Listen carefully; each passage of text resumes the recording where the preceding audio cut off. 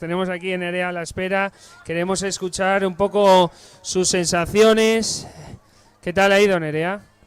Pues la verdad es que una carrera muy dura para mi parecer, pero muy técnica y muy chula. Tenías que estar todo el tiempo seguro, exactamente seguro de dónde estabas y exactamente seguro de hacia dónde ibas, porque era ir contando vaguaditas y la verdad es que a mí me parecía súper chula porque además te ibas cruzando todo el rato con gente, te encontrabas un montón de balizas. No sé, a mí me ha gustado muchísimo, pero lo dicho, me ha parecido súper dura, pero bueno, esto es la orientación. ¿Has guardado un poquito para la tarde, para el sprint o no? Bueno, ya veremos a ver esta tarde, pero yo creo que me he reservado un poco para esta tarde, sí. ¿Qué tal esos tramos un poco más largos para salir de una zona muy diferente a otra que parecía otro mapa totalmente distinto? ¿Cómo has entrado esos puntos en esos cambios de terreno?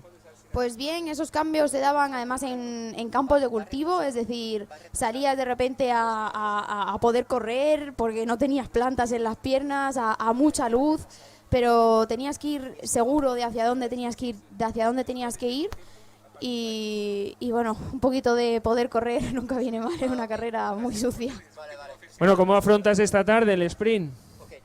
Pues es la modalidad que más me gusta y bueno, es Onil, es un pueblo que parece fácil, pero creo que no es tan fácil como parece. Entonces, pues nada, con cabeza y con buena letra. Ten en cuenta, igual tenemos en proporción más desnivel que mañana y que hoy, ¿eh?